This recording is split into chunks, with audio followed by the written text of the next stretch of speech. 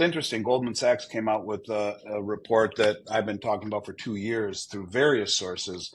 But now they come out and say, yeah, the central banks are buying way more than they're telling us. China's buying at least 10 times more than they're telling us. I've been saying that for 20 years. I do see it happening. It's taken over number two spot in global reserves, surpassing the Treasury. Passing the euro just recently. It's now number two globally in reserves. It's interesting. Goldman Sachs came out with a report that I've been talking about for 2 years through various sources. But now they come out and say, yeah, the central banks are buying way more than they're telling us. China's buying at least 10 times more than they're telling us. I've been saying that for 20 years because the numbers that China always talked about never went up, ever. For year over year over year, they stayed the same, but they're the largest producer in the world. And so you're seeing an environment where, the acquisition by the biggest money in the world continues unabated. And I think what would happen would be that the price would go high enough that it would keep the public out at some point. I think they'll continue to let it go higher and higher and higher. I think it will back a new system. I really, truly do. I think it's being quietly reintegrated into the monetary system. And you can see it around the globe through all the deliveries. You can see it here in the United States as we become a net importer and the massive month over month over month over month, massive deliveries into COMEX. So yeah, I think this is happening. I think gold is quietly being reintegrated into the system. And I think it'll go higher than anyone thinks possible. I really do, as markets typically do. Yeah, 100%. And Rick Rule, who I know you've had on your show, and he's done more for me than anyone in the world. And I just did an interview with him the other day, and he said it to me again, Andy, the allocation of gold and gold-related equities, not just gold, but gold-related equities too, across the entire financial matrix from Joe and Jane Six-Pack to the Harvard Endowment Fund is less than 0.5%. We added 14,000 clients in 45 days when Silicon and Signature Banks failed in 2023. That's 4 years worth of client acquisition. And of course, they bailed out the banks illegally, and that went away, even though they're not supposed to do that. Ask the folks in Lindsay, Oklahoma about that. They experienced a first bank bail-in October of last year. But anyways, I digress. The point of it is that at that super high level that we see right now, at the really, really high level, the central banks, the commercial banks, what are they all doing? Not only are they all buying, but the common denominator that I think isn't talked about enough is the repatriation and the deliveries. 40 plus central banks have repatriated their gold from the Bank of England and the New York Fed. Why?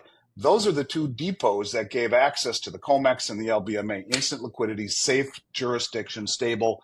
No, we don't care anymore. We'd rather be a little more inconvenienced and have it in our own possession. All of a sudden, you're seeing the largest deliveries ever off the history of the COMEX.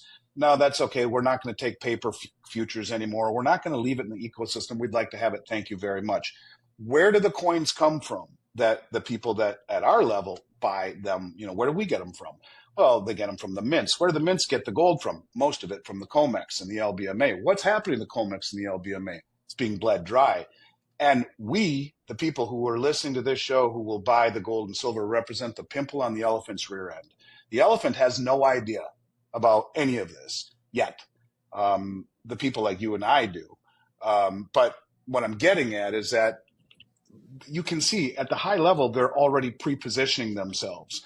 And by the time it becomes something that is observable, rather than doing the research and being early and doing things when they're not in favor or not considered conventional,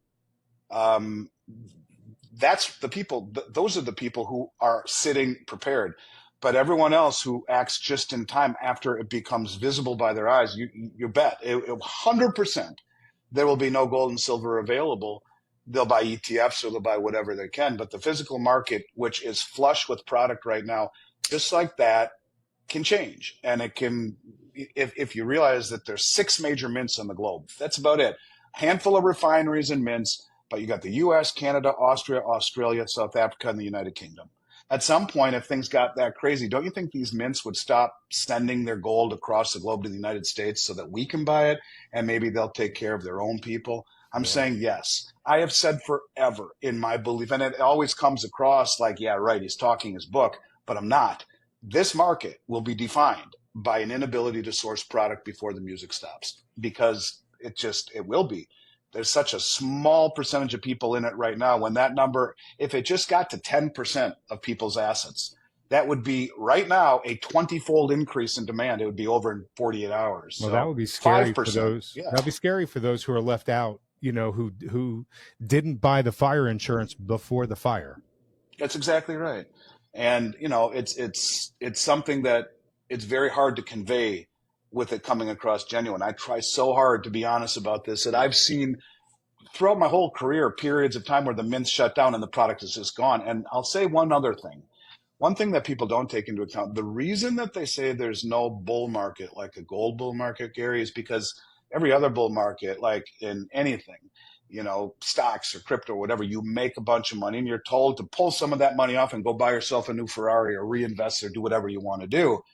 But with gold, when the price is going higher and higher and higher in this environment in particular, it only reinforces the mentality you employed to buy it to begin with. And fear is a far greater motivator than anything. And I'm not going back into dollars.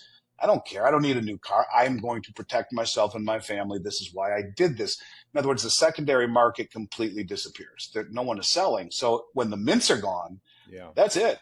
And that's something to keep in mind as well. This will be something that happens very quickly, where all of a sudden it's very flush, and then boom, there's an awakening, and very quickly the industry, which is a just-in-time industry, just like everyone else, when they run out of product, getting it from across the globe may be next to impossible. So yeah, it will happen. So I think, And you don't own gold to get wealthy. You own gold because it is wealth that has lived through two world wars, German hyperinflation, the Great Depression, every pandemic, everything that the world's ever thrown its way. And the time to get it is when you don't need it. It's just like anything that you do in a I'm trying to say preparation, but to say it in a different way. So let's just say anything you do to prepare, because that didn't come out very well. But anything you do to prepare, you don't do it, as you said, as the boat is going down or as you're getting into the car accident. You don't come home and say, "Damn it, my house didn't burn down, and I just paid my homeowners." No, it's buying it and hoping you never need to use it. And if you right. do, not just for an emergency, but maybe an opportunity, you're darn glad you have it. If not, it's a wonderful way to pass money on, wealth onto your family. It's 100. I mean, you're seeing massive influx into the United States, massive deliveries, massive accumulation at the highest level off the exchanges. The biggest, most well-informed, not just the wealthiest, but the most well-informed money in the world is showing you that physical possession of gold globally is very relevant and very important. To me, it's 100.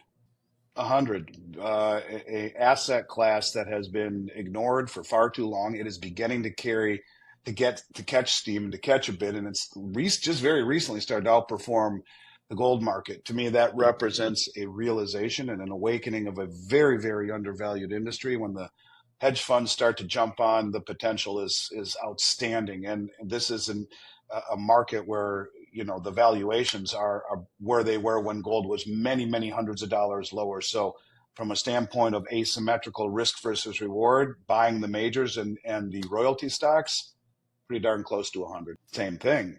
I mean, again, you're dealing with an asset class that asymmetrically is the most least amount of downside and the greatest amount of upside of any asset on the planet, even greater than that of gold.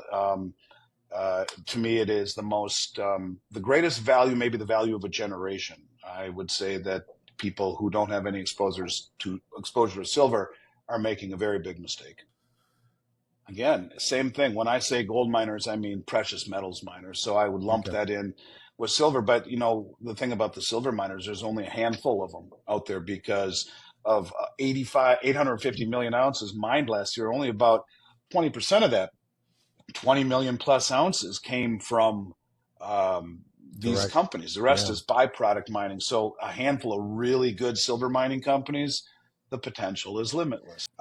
Again, copper is something that has been on a tear lately and will typically follow. Silver and copper have a very symmetrical relationship. I think that copper is a great play. I would own it through a stock called Freeport-McMoRan. I've owned it myself that way. It's not financial advice. This is how I own it. And I think there's, I don't know, I'd say 70 on that because you could see a global slowdown. But even still, there's value to be found in commodities that have been, I think, ignored for far too long.